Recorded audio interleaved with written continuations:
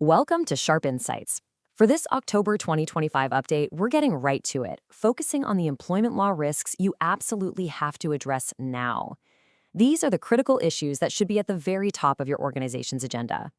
So, how are we going to tackle all this? Well, we've organized our analysis around three core themes. First, the new rules of the modern workplace. Second, those high-stakes federal flashpoints. And third, the ever-expanding state compliance patchwork. Then, we'll bring it all home with some strategic takeaways for your business. This quote really nails the central challenge, doesn't it? What makes this moment so tough is that you're getting squeezed from two different sides. On one hand, you've got this aggressive federal scrutiny of corporate programs, and at the exact same time, state legislatures are just rapidly expanding employee protections, creating this dense, often contradictory map you have to navigate. Okay, let's dive into our first section. This is all about the fundamental operational shifts we're seeing, and they're being driven by new technology and, of course, new rules around pay and data privacy. Let's start with the biggest one, artificial intelligence. AI tools are, well, they're everywhere now, right? From screening resumes to tracking performance. But this rapid integration is creating some pretty significant, and I mean urgent, regulatory risks. The number one issue that regulators are focused on is something called algorithmic bias. And here's the thing you absolutely have to understand.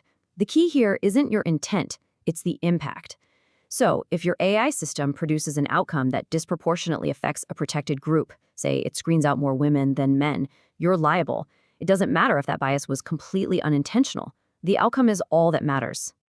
The crucial takeaway here is that the burden of proof is now squarely on you, the employer.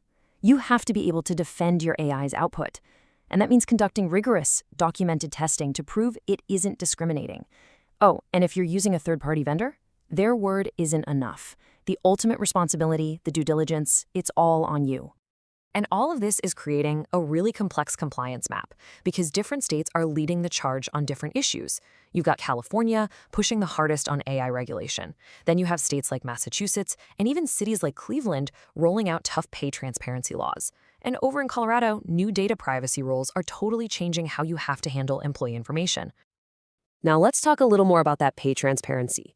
These laws have a powerful ripple effect. They change how you recruit, for sure, but they also change how you manage your current employees. Think about it.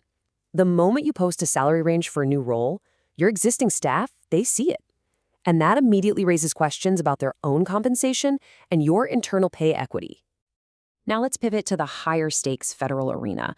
Up here, the story is really about direct government challenges to existing corporate programs, much more enforcement in specific areas, and just a general state of regulatory instability. It's pretty much impossible to discuss employment law today without talking about DEI, diversity, equity, and inclusion programs. What we're seeing is that well-intentioned corporate goals are just colliding with intense federal scrutiny. The EEOC, that's the Equal Employment Opportunity Commission, is investigating major companies to see if programs that are meant to foster diversity are actually functioning as illegal quotas. This has led to a huge surge in reverse discrimination claims, and it's creating a genuine legal minefield for employers. And what makes all this worse is this kind of legal fog that's hanging over the federal agencies. Turmoil at key bodies like the EEOC and the National Labor Relations Board has often left them without the right number of people to make major decisions. This limits their enforcement, sure, but it also creates a real lack of clear, predictable guidance for all of us.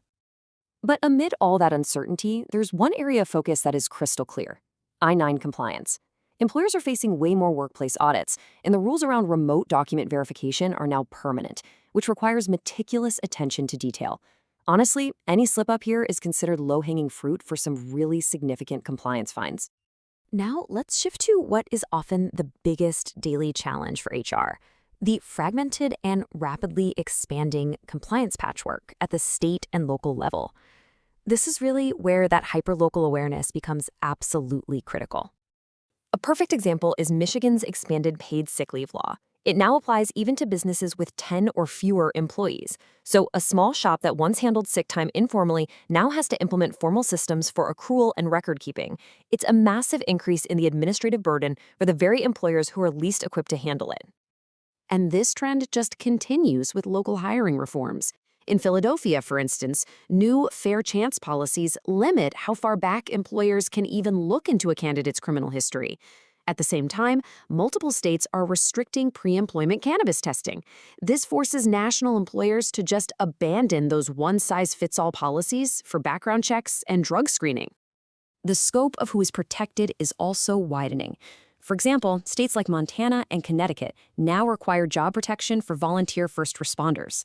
Other states have created entirely new protected classes for victims of sexual assault, granting them rights to leave and forcing employers to create new and very sensitive accommodation processes. Okay, let's pull all of this together. The key is to really understand how these different pressures create a complex risk environment. Every single business leader now has to navigate these competing forces. So here's the bottom line. Your organization is being squeezed from two different directions. From the states, you face the risk of administrative complexity, a sort of death by a thousand cuts from trying to track countless local mandates. But at the federal level, the risk is a single, high-profile investigation into a program like DEI. And this brings us to the ultimate strategic question you need to answer. Given the complexity of state laws on one hand and the threat of a major federal probe on the other, where does your organization's greatest legal risk lie today? The answer depends on your geography, your industry, and your size, and it requires a really nuanced approach to identify your key vulnerabilities. Thank you for joining this Sharpe Insights explainer on the very active state of employment law.